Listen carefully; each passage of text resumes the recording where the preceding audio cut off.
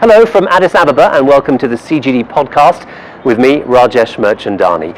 We're here for the UN Financing for Development Conference and we've been tracking the global negotiations on how to implement the Sustainable Development Goals, the ambitious targets that will set a framework for progress over the next 15 years. And really, this is a great place to be for that conversation. Ethiopia has seen one of the highest rates of growth in the world in recent years, and although the benefits of that hadn't spread to everyone in the country, there has been positive change for many Ethiopians. Well, to discuss that and the conference, I'm joined by CGD Senior Fellow Owen Barder. Owen, great to have you here. Great to be here.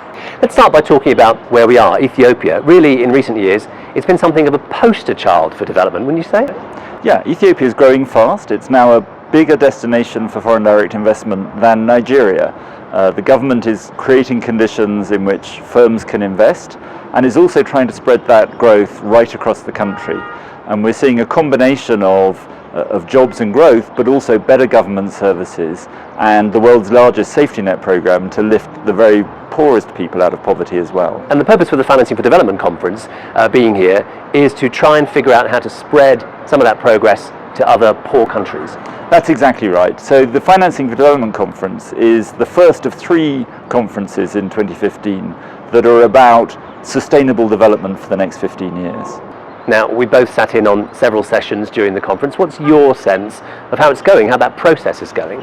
So in some ways, the conference itself is the culmination of a long series of international discussions and negotiations.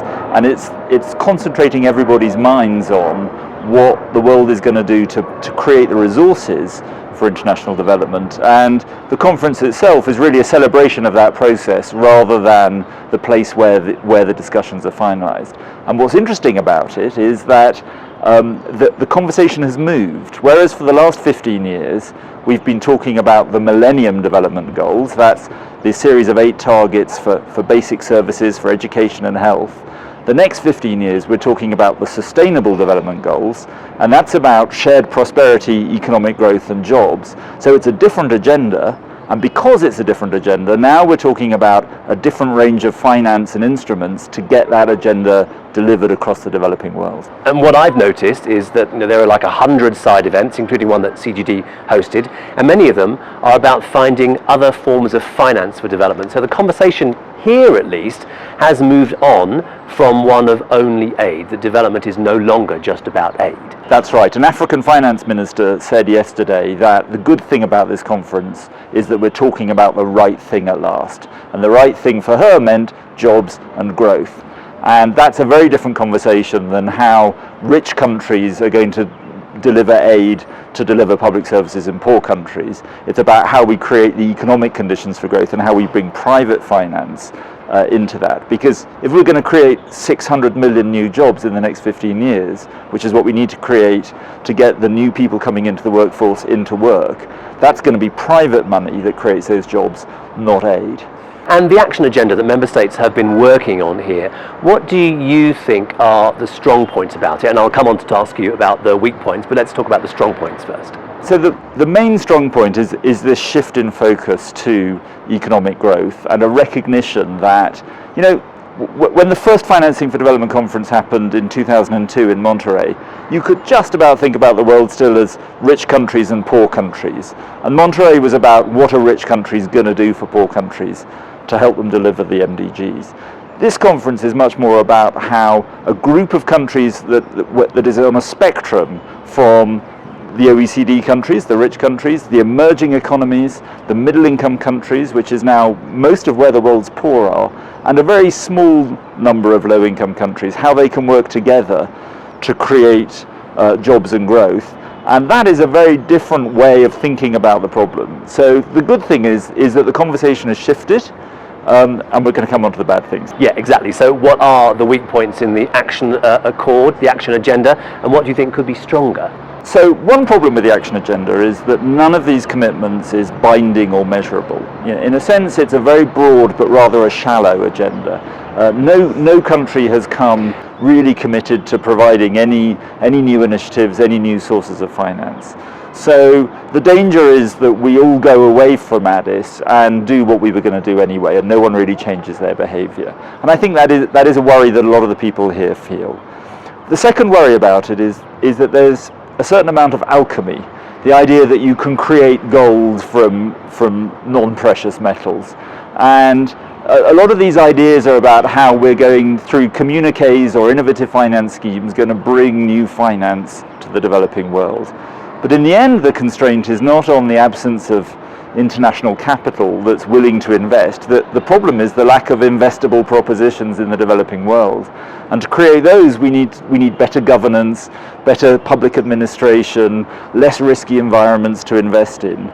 That's what's going to bring the investment to the developing world, not the decisions of international policymakers. And I think there hasn't been enough attention about how we create that pipeline of investable propositions. Has there been enough talk about climate here, do you think? That was going to be my third criticism. There has been some talk about climate, but it feels to me as if this conference is doing a better job of preparing for September, the New York conference on the Sustainable Development Goals, than it is preparing for December, which is the Paris conference on climate change.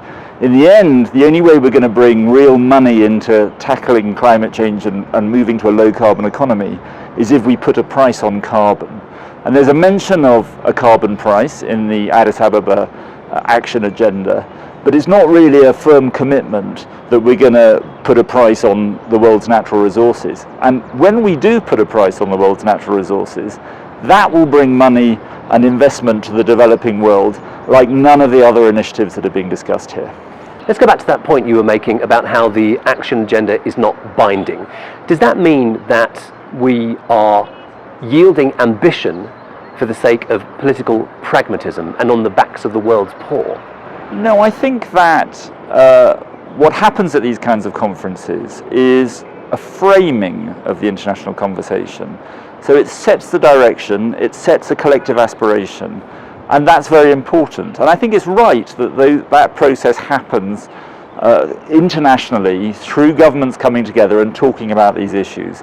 And what happens is those ideas accumulate. So for example, there's a lot of discussion here in Addis about how we tackle illicit financial flows and cooperate better to ensure that companies and people are paying taxes across the world in the places where economic activity is happening. That's a new discussion that we haven't seen before, and it's come about because over a series of conferences and discussions, people have put this on the agenda and started to talk about it.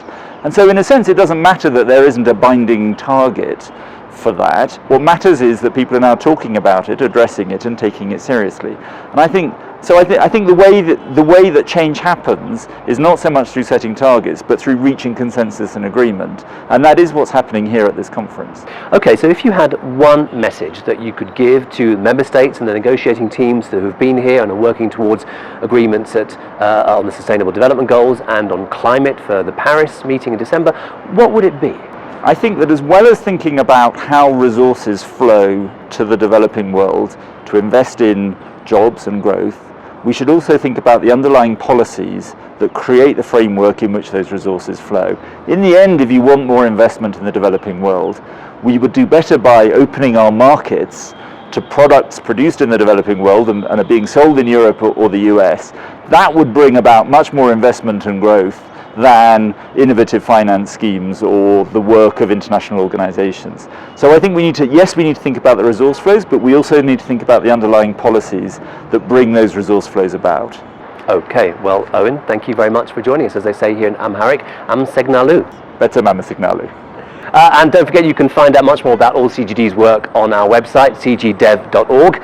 I'm Rajesh Merchandani, and please do join me again for the next podcast from the Centre for Global Development.